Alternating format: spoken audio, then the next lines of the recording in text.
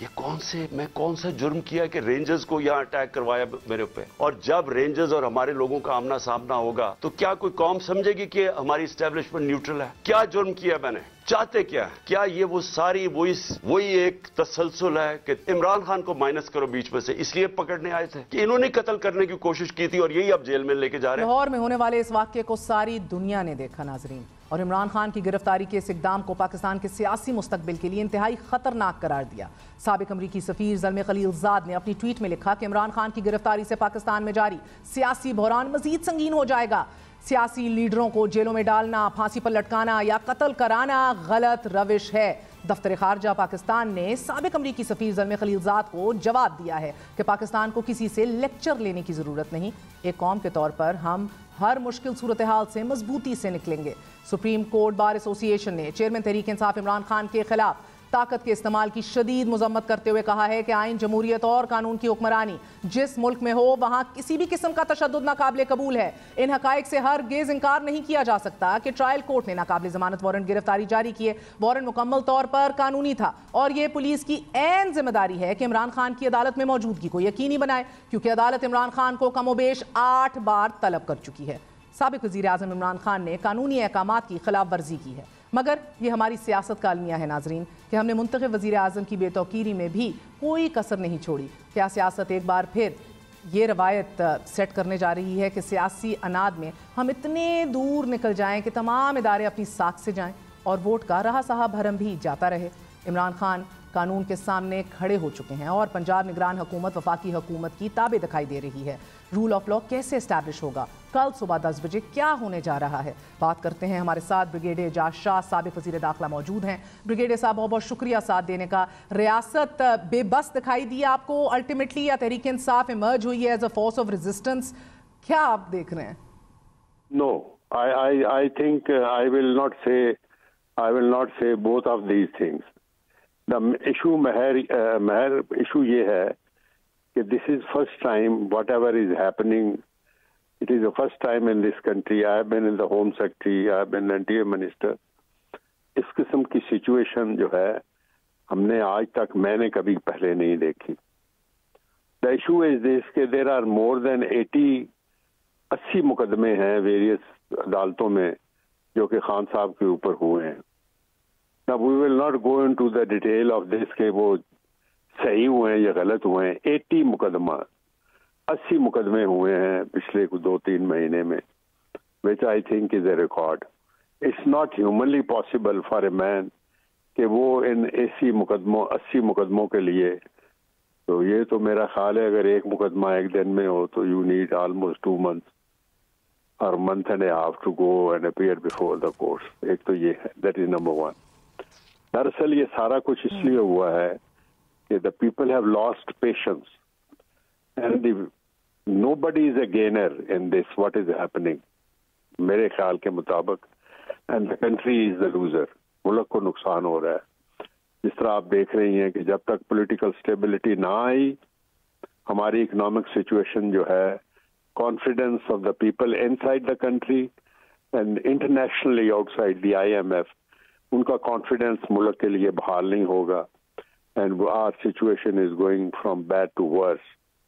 The dollar is almost near 300, 280 پر تو چلا گیا ہوا ہے، تو یہ تو کسی کے بھی حق میں نہیں ہے۔ I wish all this thing had not happened. تو یہ تو کوئی اس میں گینر نہیں ہے، نہ اس میں everybody is a loser میرے خیال میں۔ بریگیڈیئر صاحب، ایک آڈیو لیک مبینہ طور پہ آپ کی اور یاسمین راشد صاحبہ کی بھی منظر عام پر آئی ہے، جس میں بتایا جا رہا ہے کہ خان صاحب کہہ رہے ہیں کہ اگر ٹکٹ لینا ہے تو تمام ایم پی ایز اور ایم این ایز بندے اکٹھے کریں اور بندے لے کر پہنچیں، اور جو بندے نہیں لے کر آئے گا اسے ٹکٹ نہیں ملے گا۔ آپ تصدیق کر رہے ہیں اس آڈیو کی بھی اور ساتھ the contents of it of course? دیکھیں، she is the president of central Punjab, you know, and I have my, مطلب ہے میں یہ تو نہیں کہہ سکتا کہ خان صاحب کے ساتھ ان کی کیا بات ہوئی ہے، تو it was just style of talking. She has been instructor through out his life, have been teaching in the colleges, school, king Edward medical college, یہ وہ. تو ان کا جو بات کرنے کا طریقہ ہے وہ اتھارٹیٹیو ہے,